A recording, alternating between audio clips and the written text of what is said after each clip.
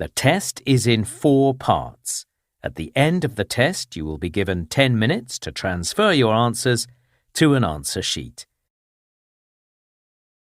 Now turn to part 1. You will hear a man and a woman talking about who they would like as their flatmates. Before you listen again, you have 30 seconds to read questions 1 to 5.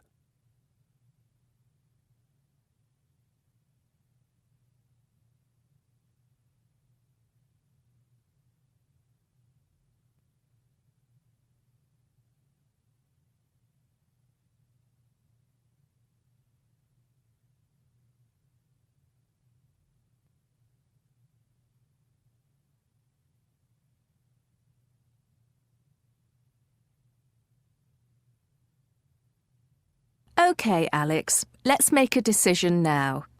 I've got to head off to my parents' place for the weekend, and we'll need our 2 new flatmates to move in soon. Who do we have again? Mauro, Spring, Katia, Lucy, and that lovely girl from Turkey. What was her name? Aziza. I think she's my first choice. She seemed very mature. She did, didn't she? She also said she'd shared a house in Istanbul for 2 years before she came here, so she knows what flatting is all about. That's true. While you were on the phone, I had a talk to her about her part-time job as a telephone counsellor for the Turkish community. It sounds quite steady and well enough paid, so she won't have any problems with the rent, unlike our old flatmate, Tina. Who would you choose next? How about a guy? I don't know. Neither of them was that impressive. I mean, Mauro from Mexico was a party animal. Remember, he only found our place because he knew there was a certain nightclub nearby. And Spring seemed spoilt to me. He told me that his father in Hong Kong paid all his parking and speeding fines, and he ate out at restaurants almost every night. I doubt he's got any idea how to cook. That leaves us with Katia and Lucy then. And I found Katia rather shy. We hardly know anything about her. I think she's the strong, silent type. But while you were showing Mauro around, I had a chat to her. She's in her 3rd year of environmental engineering. Really? She's going to be an engineer? Yes. In fact, she won a prize at university last year for a model she made. That does sound interesting. But what about Mauro? We could do with someone social. I'm sure he'd be keen on our Sunday get-togethers. He promised me he knew how to barbecue. Plus, he's working as a security guard at night, so he'll be around during the day. It's not a bad idea having someone in the flat while we're all out. I don't know. If he works night shift, he might sleep during the day. This year, I'll need to practice the piano here in the mornings for my performance course. It's likely my music would disturb him. That's a fair point. Before you listen to the rest of the conversation, you have 30 seconds to read questions 6 to 10.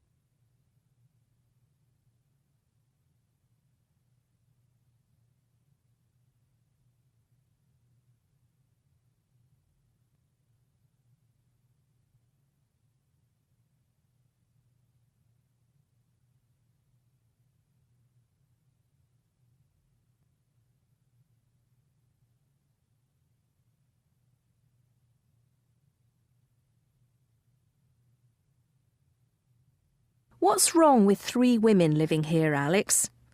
I think Katia would be fine. She won't be so shy once she gets to know us.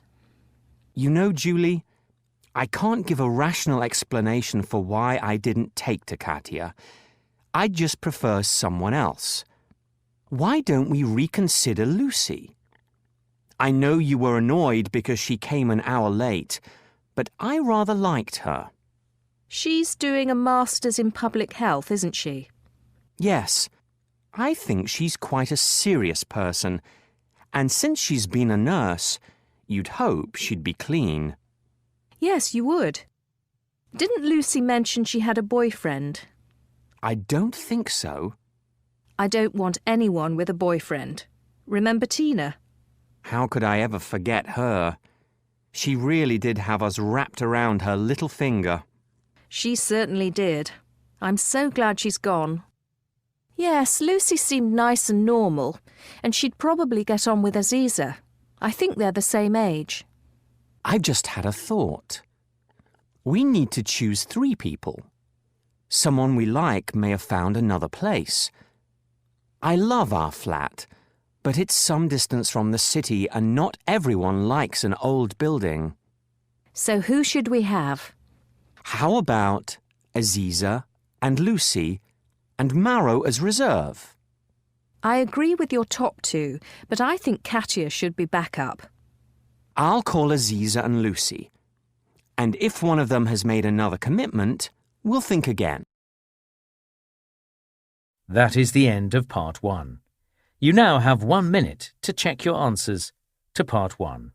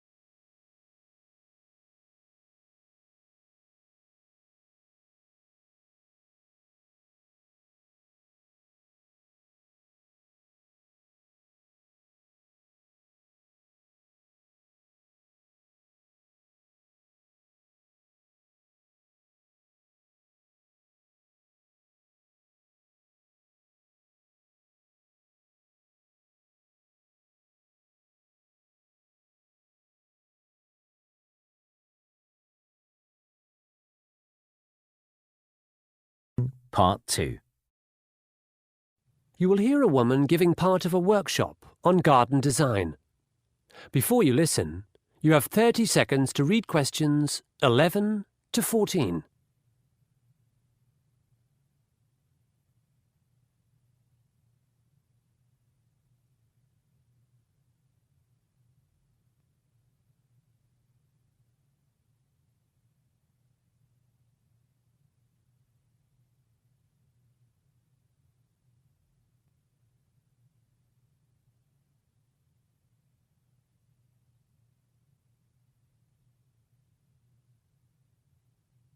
Welcome back to the workshop. In this part, we're going to look at making a veranda garden. These days, few people can afford to live in a house with a garden, but we can all create a tranquil space on a balcony or veranda. It has long been my belief that a veranda garden softens the sharp lines of the urban environment. Greenery, blossom, and fruit, which attract birds and insects, bring us closer to nature. If well designed, its mood changes with each season, and it may reflect Japanese spiritual traditions that help us feel at peace. Of course, everyone's needs are different. Perhaps you'd like more privacy, or to conceal an unsightly building next door. Perhaps there's too much glare from the setting sun. In these instances, fast-growing plants in strategic places will be your main ambition. One client of mine, whose husband was blind, chose scented plants for their veranda garden. He sat out there every night, delighting in the fragrances. Another client of mine opted for an area of raked gravel, with one large ornamental rock reminiscent of a famous temple garden in Kyoto. From a more practical perspective, a low-maintenance veranda garden will increase the value of your property. You may be surprised to know that around the world there's a movement in big cities for roof, terrace and veranda gardens, so buyers won't be put off by your creativity at all. But on to our design. I'm assuming your veranda is about 1.8 metres deep and 4.5 metres wide. If it's larger than this, all the better. If it's smaller, you'll need to plan more carefully, foregoing some features. It doesn't matter which floor of the building you're on, but if you've got a view, you might consider how tall particular plants grow. The handout I've given you details a range of plant characteristics. For example, a loquat tree grows to 6 meters, but an azalea bush only reaches 3. Loquats bear fruit as well, which you might like to eat, or you might find a chore to pick up and dispose of. In my design, I've chosen a Japanese maple as the centerpiece, since I love the way its foliage changes color in autumn. In a large pot, a maple will grow to about 4 meters. The garden design I'm going to show you is quite high maintenance at the start. I'd say you'd have to spend 3 hours a week tending it. But after a year or so, it virtually takes care of itself. Before you listen to the rest of the talk, you have 30 seconds to read questions 15 to 20.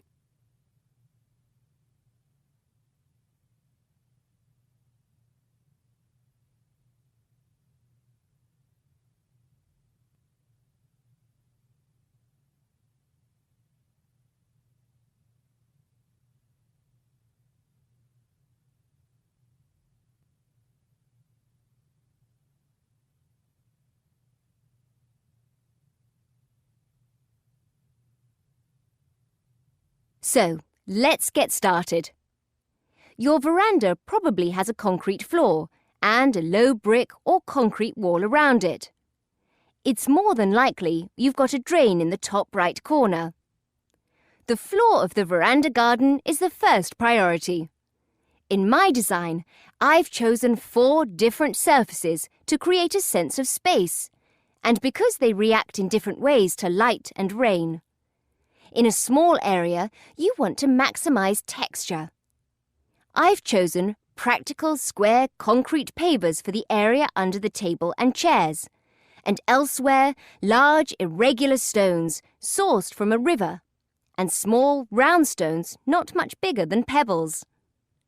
There's also an area of sand which is marked with the letter H in your diagram. You'll find this might be popular with your pet if you have one.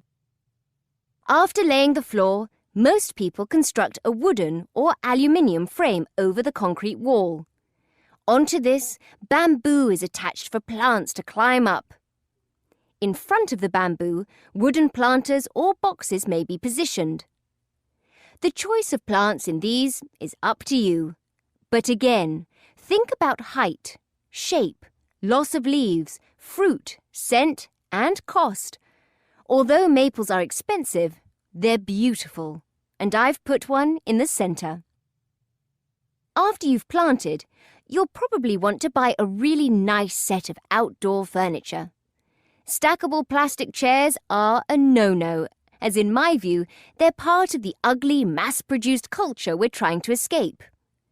I also discourage people from putting a barbecue on their veranda because they're so seldom used, and they take up such a lot of space. Some people do add features like a small pond or bird bath or a stone lantern to their newly landscaped area. So, happy designing! Any questions? That is the end of part 2. You now have half a minute to check your answers to part 2.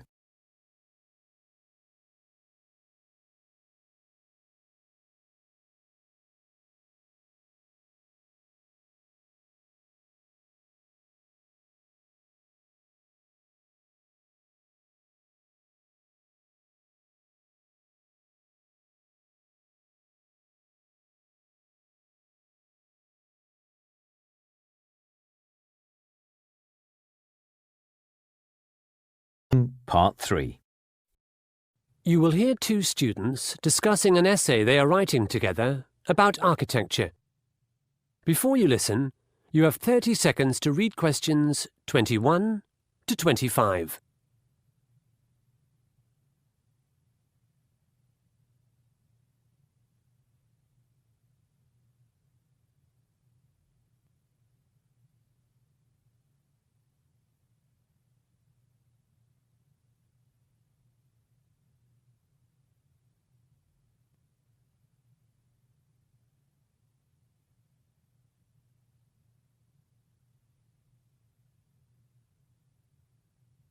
Hi, Helen. How are you? I'm actually pretty excited about the research I've been doing. I've found out heaps about Art Deco architecture in New Zealand. While all the major cities there have pockets of Art Deco, it seems that Napier, a small city on the east coast of the North Island, is considered one of the world's purest Art Deco enclaves. There are so many examples of the style still visible today. Really? I've been concentrating on Bandung, which is in central Java in Indonesia. It is also a major Art Deco city. Unfortunately, it hasn't been preserved so well, and in the race to modernise, many marvellous buildings have gone under the wrecker's ball. How do you think we should structure our essay? Should we write about New Zealand first or Indonesia? Art Deco appeared in Bandung in the 1920s, but from what I've read, it didn't make it to Napier until much later. If we choose a chronological scheme, then Indonesia would go first, but I'm in favour of writing our essay using thematic similarities and differences. That's a good idea. Let's identify what the two cities have in common. From what I've discovered, in both places, Art Deco architects combined a new European aesthetic with native elements. Yes, they did. In New Zealand, Maori motifs were used as decoration. The Maoris are the indigenous people who lived in New Zealand before it became a British colony. There's a sort of spiral symbol called a koru, and there are zigzags, like patterns from Maori weaving, both of which were incorporated into Art Deco buildings. There's a bank in the middle of the city and an old headquarters for a tobacco company, both with gorgeous carved stucco facades that utilise these motifs. Indonesia was also a colony, a Dutch colony. I understand almost all of the architects in the Art Deco period were Dutch, and as you said, they were influenced by a new aesthetic in Europe, but they were also affected by native architectural styles. At ITB, the famous technical institute in Bandung, there are Art Deco roofs that imitate traditional Javanese mosque or temple roofs. That's interesting. I know that the city of Napier was rebuilt in 1931 after a massive earthquake, and since people wanted the town to feel like an optimistic new place, they chose Art Deco for many of their buildings. But I've no idea why Bandung has so much of the style. I was quite puzzled about the prevalence of Art Deco myself. After fossicking in the library in some old journals, I learnt that there was a plan that never eventuated to move the capital from Jakarta to Bandung, so lots of public buildings were commissioned around the same time, the early 1920s. That's curious. I thought the majority of the famous Art Deco buildings in Bandung were large hotels or private houses. I think the split is 50-50, private and public. Certainly the campus of ITB was enlarged then. College education for the rich expanded in the 1920s, and the local tourist industry was taking off as well. You're right. We've got tourism to thank for the grand Art Deco hotels like the Savoy and the Pranger, built in the late 20s and early 30s. Photos of the foyer and ballroom of the Pranger are so romantic. Before you listen to the rest of the conversation, you have 30 seconds to read questions 26 to 30.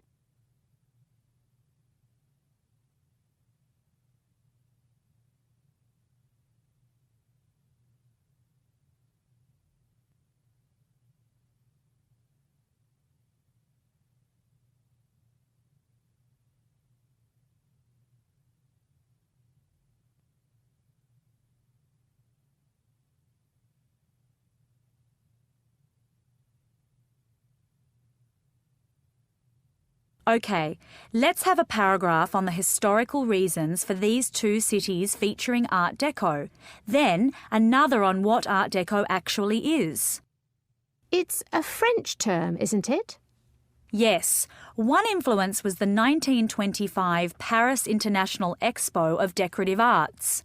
But Art Deco was chiefly a reaction against the previous style of Art Nouveau, which had held sway from the end of the 19th century. That was all about nature and fluid forms, whereas Art Deco celebrated the machine age and the geometric. There are lots of influences, aren't there? Should we include anything on building materials? Definitely. They were different from the past. More concrete was used, more steel, more glass. These days, people rave about Art Deco, but at the time, it was considered somewhat low class because the materials are quite inexpensive and fabrication was rapid. These concepts were in stark contrast with some of the previous notions of craftsmanship in building. Yes, we'll certainly need a paragraph on materials. That is the end of Part 3. You now have half a minute to check your answers to Part 3.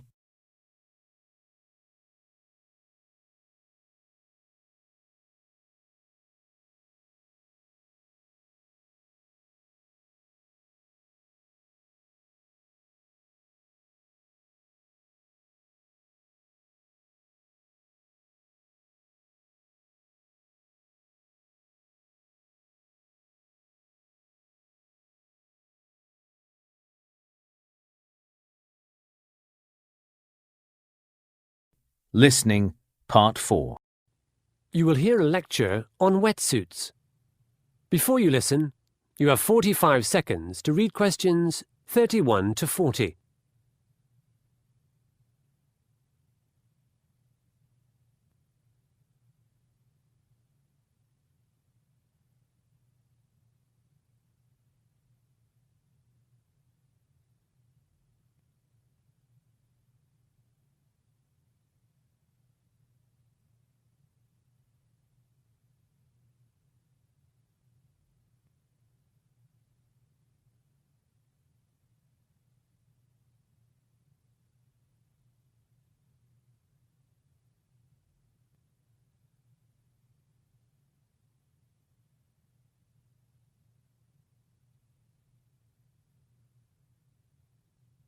Welcome to the Monday Design Forum. Today's item is the wetsuit, used by water sports enthusiasts, by surfers, divers, canoeists, and long-distance swimmers. Long distance, mind. I'll tell you about the great swimsuit debate a little later. The reason I chose the wetsuit for a case study is that it exemplifies two design themes: the importance of materials and reliable production techniques. I may not look the sporty type, but I've been diving for 20 years. In that time, I've had 8 wetsuits. Like much else after 1945, technology has just kept on changing. My first wetsuit was French and very expensive. It was made entirely from sponge rubber. It looked great, but it was horrible to get into and out of, and it weighed a ton. In general, first-generation wetsuits were liable to rip when being removed and were rather heavy. Pretty soon, I swapped my Pesh Spore for a lighter neoprene version. So, what's neoprene? It's a synthetic material considerably lighter than rubber. It's still spongy because it contains tiny bubbles of nitrogen gas. Since gases have lower thermal conductivity than liquids or solids, that is, they don't transport heat well, the body heat of a person wearing neoprene escapes only very slowly through the material. This means that a diver in a neoprene suit stays warmer longer than one in a suit made from rubber. Wetsuits are a recent innovation and were invented in the U.S., but there's no real agreement by whom or when. Hugh Bradner tried to patent a design in 1951. However, he was unsuccessful. The Mistral brothers and the O'Neills from California were all making and selling neoprene suits to the burgeoning diving and surfing community by 1953. In my view, it's irrelevant who the inventor of the wetsuit was. What is significant is that post-war prosperity brought more free time and a boom in sporting goods. But back to my collection of wetsuits. Since neoprene is fragile with all those gas bubbles, it's hard to join pieces of it together. Any hole, however tiny, just grows and grows. This means sewing with needle and thread is all but impossible. Therefore, early wetsuits were made by gluing or taping their seams. My first neoprene suit was black with yellow tape. I thought this yellow tape was to make me more visible underwater, but in fact, it joined the body-hugging sections together without letting water in. While neoprene itself was warmer and lighter than rubber, the taped seams proved to be a weakness, and I tore 3 of my suits. Suit number 5 was much stronger. Aside from being bright blue, my new suit came with Lycra backing, which was a technological breakthrough. This meant my suit was a bit like a sandwich. There was Lycra on the outside and inside, so putting on and taking off were easier, and there was neoprene in the middle for insulation. By the early 1980s, there'd been a revolution in wetsuit production. No glue, no tape, but a new kind of stitching. In fact, a technique called blind stitching had been developed. With this, a curved needle in a sophisticated sewing machine is used. The stitching dips into the Lycra backing, the top bread of the sandwich, but doesn't pierce the neoprene filling inside. Remember, neoprene is susceptible to tearing, so covering it with Lycra was a smart idea. Suddenly, wetsuits were warm, light, and durable. This revolution is important for design students because without this sewing technique, wetsuits would have continued to rip and remained the preserve of the rich. In design, you want a product that's unique, reliable, and affordable. I admit I'm still wearing my neoprene suit from 3 years ago, but I've heard there are now models on the market with inbuilt heating panels, and yet others made from a mix of fibers that include merino wool and titanium. At the start of this lecture, I mentioned there'd been a swimsuit controversy. Essentially, a wetsuit not only keeps a person warm, but also provides a swimmer with a lift in the water. Unsurprisingly, swimmers wearing wetsuits break more records, so the International Olympic Committee has declared that only long-distance swimmers can use wetsuits. In short events, they're banned. That's all from me. I'm off to the beach. That is the end of Part 4. You now have 1 minute to check your answers to Part 4.